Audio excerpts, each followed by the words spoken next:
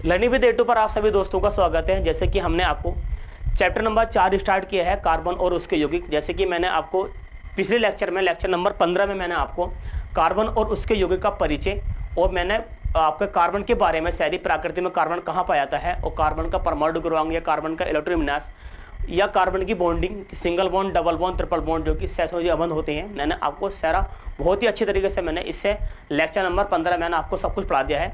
अब आगे चलते हैं, चैप्टर को लेते हुए आगे चलते हैं। आज लेक्चर नंबर 16 है और आज लेक्चर नंबर 16 में ही आज भी कार्बन का परिचय पढ़ा जाएगा। कार्बन का परिचय में, लेकिन आज जो पॉइंट होगा बच्चे, वो पॉइंट होगा कार्बन के अपरूप। कार्बन के कितने अपरूप होते हैं, सारी बातें आज आपको पढ़ाएंगे। स्पेशली आज आपको देखो बोर्ड पर दिखाई दे रखा होगा, यहाँ पर क्या है बच्चे, ये हीरा है, जबकि ये क्या है, ग्रेफाइट है। तो आज जो पढ़ा जाएगा हीरा और ग्रेफाइट। क्या होता है हीरा, हीरे की प्रकृति क्या होती है, या हीरे का जो नेचर है वो क्या होता है, ग्रेफाइट का जो नेचर होता है वो क्या होता है, सारी बातें आज हम आपको इस लेक्चर में सिखाएंगे। ठीक है, तो लेक्चर नंबर 16 स्टार्ट करते हैं। ठीक है, तो आज जो पढ़ाया जाएगा वो पढ़ाया जाएगा देखो कार्बन के अपरूप। कार्बन के अपरूप, अपरूप को इंग्लिश से बोलते हैं एलोट्रॉप्स। क्या बोलते हैं देखो, एलोट्रॉप्स। तो एलोट्रॉप्स ऑफ कार्बन। ठीक है, अपरूप मतलब होता है कि किसी का एक या एक से अधिक रूप होना, एक या एक से अधिक रूप होना। सही है, अपरूप का मतलब होता है यानी कि किसी भी बंदे के आपका दोस्त आपके साथ रह रहा है लेकिन उसका एक रूप और है जो कि आपको नहीं पता, जो कि धोखेबाज होता है। तो ऐसे ही कहूँगा कि एक बंदे के दो या दो से अधिक रूप होना क्या कहलाता है, वो अपरूप कहलाता है। आई बात समझ नहीं, लेकिन हम किससे पढ़ रहे हैं, हम पढ़ रहे हैं कार्बन के।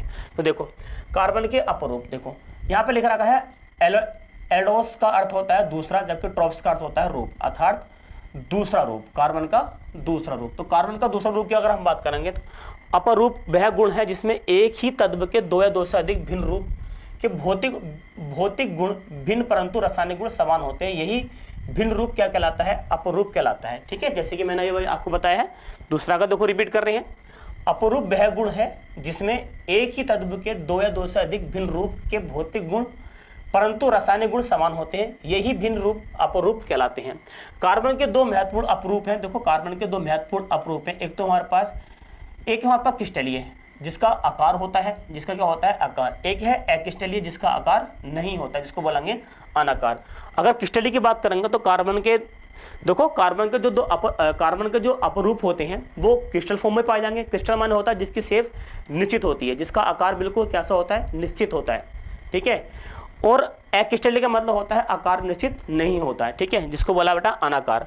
अगर क्रिस्टलीय की बात करेंगे तो हीरा और ग्रेफाइट। देखो यहाँ पे एग्जाम्पल पढ़ते हैं, देखो हीरा और ग्रेफाइट, यही इंपॉर्टेंट है, मोस्ट इंपॉर्टेंट है क्लास के अकॉर्डिंग। क्या है देखो, मोस्ट इंपॉर्टेंट है। देखो ये तो यही बात बता रहे हैं देखो कि कार्बन का जो दो महत्वपूर्ण रूप होते हैं, तो होता है क्रिस्टलीय फॉर्म में, एक होता है एक्रिस्टलीय फॉर्म में। क्रिस्टलीय फॉर्म वाला हमारा सिलेबस में है, जैसे कि हीरा और ग्रेफाइट।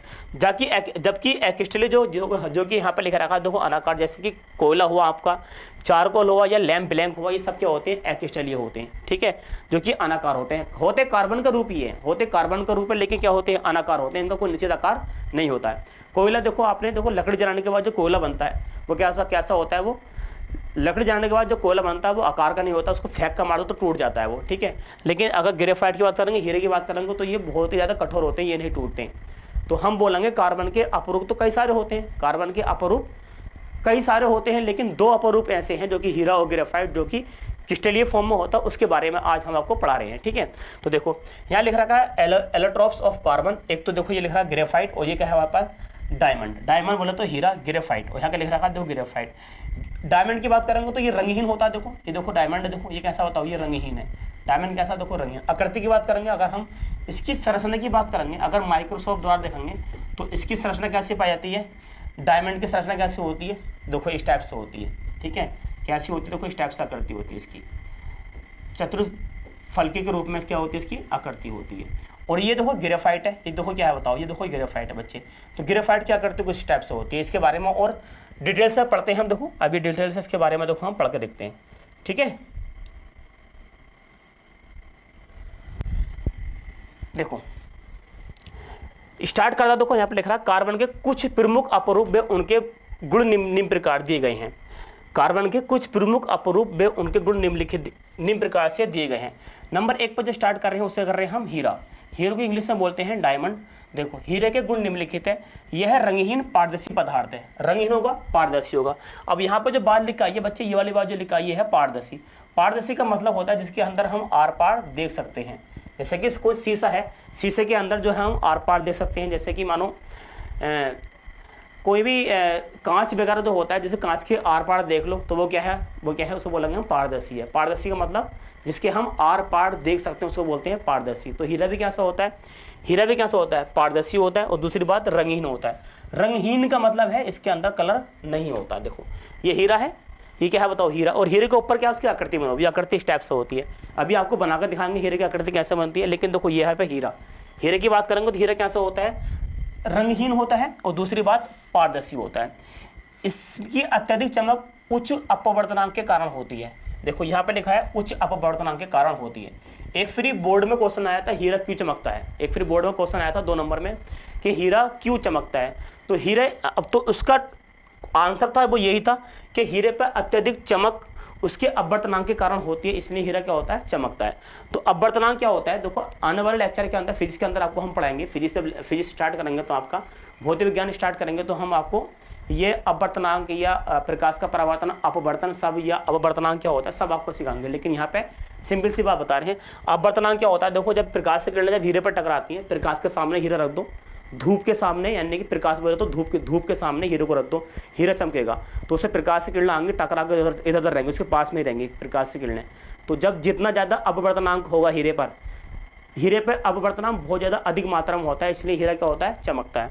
तो ये वाली बात इंपॉर्टेंट बात है। देखो इस बात को हम याद रखेंगे, इसलिए मैं इसको लिख रहा हूँ। देखो आई एम पी क्यों लिख रहा हूँ, इसकी अत्यधिक चमक उच्च अपवर्तनांक के कारण होती है। तो क्वेश्चन एक फिर बोर्ड में आया था कि हीरा क्यों चमकता है, तो हमारा आंसर है कि हीरे पे उच्च अपवर्तनांक होता है, इसलिए हीरा क्या होता है, चमकता है। अगला बात देखो, यह काफ़ी भारी तथा अत्यधिक कठोर पदार्थ है। ठीक है, याद रखेंगे। सबसे ज़्यादा भारी है, सबसे ज़्यादा भारी पदार्थ की बात करेंगे, सबसे ज़्यादा भारी तथा अत्यधिक कठोर।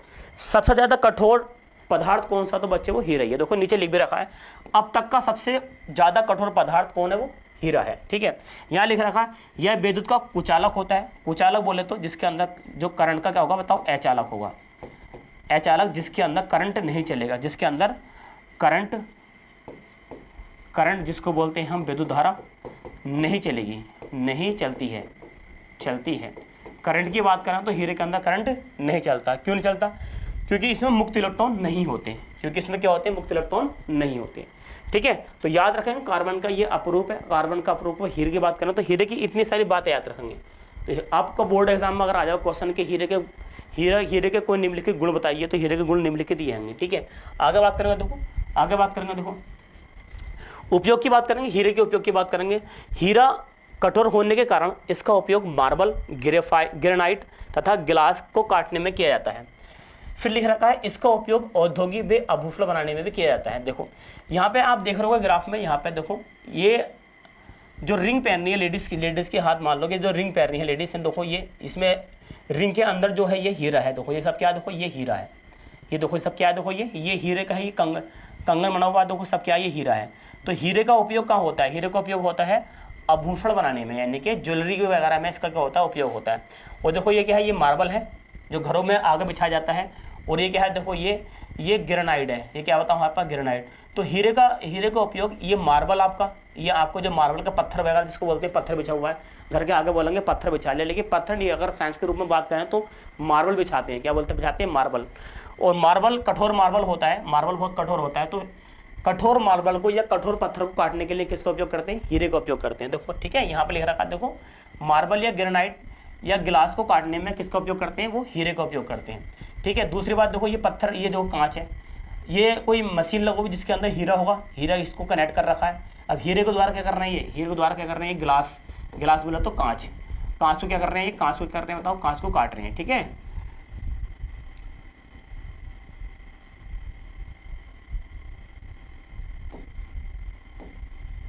ये है कांच। ठीक है, कांच को क्या कर रहे हैं, काट रहे हैं। ठीक है, अब आगे पढ़ेंगे बच्चे। देखो आगे देखते हैं, आगे स्टार्ट हुआ नंबर 2 पे ग्रेफाइट। ठीक है, क्या लिख रखा है यहाँ पे, ग्रेफाइट। इसके सामान्य गुण निम्नलिखित हैं। ठीक है, ग्रेफाइट की अगर बात करेंगे तो ग्रेफाइट हमने कई दफ़ा यूज़ करा है, कई दफ़े। फॉर एग्जाम्पल की बात करेंगे तो जो पेंसिल होती है, पेंसिल के अंदर जो कागज़ पर जो ब्लैक चिन्ह जो लगाया जाता है, कागज़ पर जो ब्लैक चिन्ह लगाया जाता है, ये छोटे बच्चे जो होते हैं स्कूल के अंदर वो पेंसिल से ही लिखते हैं। तो पेंसिल के अंदर जहाँ जिससे वो राइटिंग हो रही है उससे क्या बोलेंगे, ग्रेफाइट बोलेंगे। और दूसरी बात, आपके घरों में बैटरी वगैरह या टॉर्च वगैरह होंगे, उसके अंदर जहाँ बैटरी पे हम चिमटी वगैरह लगाते हैं, तार लगाते हैं, वो जो होते हैं वो क्या होते हैं, ग्रेफाइट होते हैं। ग्रेफाइट के रोड होते हैं जो कि लेड के बने हुए होते हैं। और दूसरी बात, आपके जो निप्पो का सेल या एवरेडी का सेल जो होता है, जो घंटों में डाले जाते हैं या रेडियो वगैरह में डाले जाते हैं, उसके अंदर उस निप्पो के सेल को अगर आप फाड़ कर देखेंगे तो उसमें से क्या निकल के आएगा, उसमें से ग्रेफाइट निकल के आएगा। तो ग्रेफाइट करंट का क्या होगा, चालक होगा। ठीक है, हीरा करंट का क्या है, अचालक है, लेकिन ग्रेफाइट करंट का क्या है, चालक है। ऐसा क्यों होता है, सारी बात पढ़ कर देखते हैं। देखो यहाँ लिख रखा है, इसके सामान्य गुण निम्नलिखित हैं। यह भूरे काला अपारदर्शी पदार्थ है। कैसे रंग का होता है, ये होता है भूरा काले कलर का होता है। अपारदर्शी, जिसके अंदर पार नहीं दे सकते, यह हीरे से हल्का होता है, मुलायम, चिकना तथा फिसलनशील होता है। ठीक है, याद रखेंगे इस वाले पॉइंट को। यह विद्युत का सुचालक होता है। सुचालक बोले तो हम लिखेंगे ये क्या होता है, चालक होता है। क्या होता है ये, देखो ये होता है चालक। विद्युत क्या होता है, देखो विद्युत का होता है चालक, क्योंकि इसमें मुक्त इलेक्ट्रॉन होते हैं। इसमें क्या होते हैं, मुक्त इलेक्ट्रॉन होते हैं। कार्बन की वैलेंसी कितनी होती है, कार्बन की वैलेंसी 4 होती है। तो 3 बॉन्ड तो इन्हें लगा रखे, लेकिन एक इलेक्ट्रॉन कैसा है, एक इलेक्ट्रॉन बोलेंगे हम मुक्त है। अगर एक इलेक्ट्रॉन मुक्त है तो इसके अंदर करंट क्या हो जाएगा, फ्लो हो जाएगा। तो ये लिख रखा है विद्युत का सुचालक होता है, क्योंकि इसमें एक मुक्त इलेक्ट्रॉन होता है। उष्मा का अच्छा चालक होता है। उष्मा का अच्छा चालक नहीं होता, उष्मा का अच्छा चालक नहीं होता। मतलब अगर हम उष्मा बोले तो प्रकाश, अगर हम इस ग्रेफाइट को, जो कि अभी आपको दिखाएंगे, देखो तो ये ग्रेफाइट है, देखो ये जो ग्रेफाइट है, इस ग्रेफाइट को अगर हम धूप के अंदर रख देंगे, धूप के सामने रख देंगे तो इसमें ज़्यादा गर्म नहीं होगा। तो इसलिए यहाँ पर लिख रखा है, देखो इसने यहाँ पर लिख रखा है उष्मा का अच्छा चालक नहीं होता। यह प्राकृतिक व कृत्रिम दोनों रूप में पाया जाता है। याद रखेंगे इस वाले पॉइंट को, यह प्राकृतिक और कृत्रिम दोनों रूप में पाया जाता है। ठीक है, आगे देखेंगे। तो उपयोग की बात करेंगे, यूज़ की बात करेंगे, ग्रेफाइट के क्या उपयोग हैं। तो इसका देखो यहाँ पर नंबर 1 पे लिख रखा है, ग्रेफाइट का उपयोग सेलों के इलेक्ट्रोड तथा पेंसिल के लिए लेड के रूप में होता है। यहाँ पर देखो लिख रखा है सेलों के इलेक्ट्रोड। ये कोई एवरेडी का सेल है, देखो ये सेल है कोई। ठीक है, ये देखो कोई सेल है यहाँ पे, देखो एवरेडी का ये सेल देखो होगा आपने। तो इस सेल के अंदर आपको जो ये दिखाई दे रहा है, देखो सेल के अंदर जो आपको ये दिखाई दे रहा है, ये सेल के अंदर जो आपको ये दिखा दे रहा है, ये क्या है, ये ग्रेफाइट है बच्चे। ये जो आपको दिखाई दे रहा है, ये क्या है बताओ, ये हमारे पास ग्रेफाइट। क्या है ये, ग्रेफाइट। और दूसरी बात देखो ग्रेफाइट ये रखा है, देखो ये ग्रेफाइट रखा है। ठीक है, क्या रखा है, देखो ये ग्रेफाइट रखा है। देखो ये क्या है, देखो ये सब क्या है, ये ग्रेफाइट है। देखो ये सब क्या है, ग्रेफाइट है। ठीक है, और दूसरी बात देखो ग्रेफाइट ये भी है, देखो ये भी ग्रेफाइट है। देखो और पेंसिल के अंदर होता है, ये आपके देखो पेंसिल है, देखो ये पेंसिल है। पेंसिल के अंदर देखो ये जो है, ये जिससे राइटिंग करते हैं वो क्या है, ये ग्रेफाइट है। देखो तो ग्रेफाइट का उपयोग सेल के इलेक्ट्रोड, यानी कि सेल का जो इलेक्ट्रोड है उसके रूप में काम करते हैं। और पेंसिल के अंदर जो होता है, जो कि हम राइटिंग करने के लिए यूज़ करते हैं, तो पेंसिल के अंदर भी क्या होता है बच्चे, तो ग्रेफाइट होता है। लेड के रूप में कार्य करता है। ठीक है, मतलब इसके अंदर जो ये लेड, ये जो इलेक्ट्रोड बना हुआ होता है, ये जो इलेक्ट्रोड बना हुआ है ग्रेफाइट का, ये काय का बना होता है, ये बना होता तो ग्रेफाइट का, लेकिन किसका कार्य करता है, ये लेड का कार्य करता है। क्योंकि यह काले कागज पर चिन्ह बना सकता है। ठीक है, बनाता है चिन्ह, क्योंकि यह काले कागज पर क्या बनाता है, क्योंकि यह काले कागज पर चिन्ह बनाता है, इसलिए इसको काला लेड कहते हैं। क्या कहते हैं, काला लेड कहते हैं। क्वेश्चन मन का आ जाएगा काला लेड कैसे कहते हैं। तो पेंसिल पर जो ग्रेफाइट होता है वो कागज पर काला चिन्ह बना सकता है, इसलिए इसको काला लेड कहते हैं। इसके चूर्ण का उपयोग, बारीक चूर्ण का उपयोग मशीनों के पुर्जे में स्नेहक के रूप में भी होता है। ये बात ध्यान रखेंगे। ठीक है, इंपॉर्टेंट बात है। आगे देखते हैं। तो बस आज के लिए देखो यहीं पे इतने सोचेंगे। ठीक है, आज के लिए इतना ही। मिलते हैं आपको नेक्स्ट क्लास में, और नेक्स्ट क्लास में आपको पढ़ाते हैं हाइड्रोकार्बन। क्या होता है हाइड्रोकार्बन, उसको बहुत अच्छी तरीके से आपको पढ़ाएंगे। ठीक है, आज के लिए इतना ही।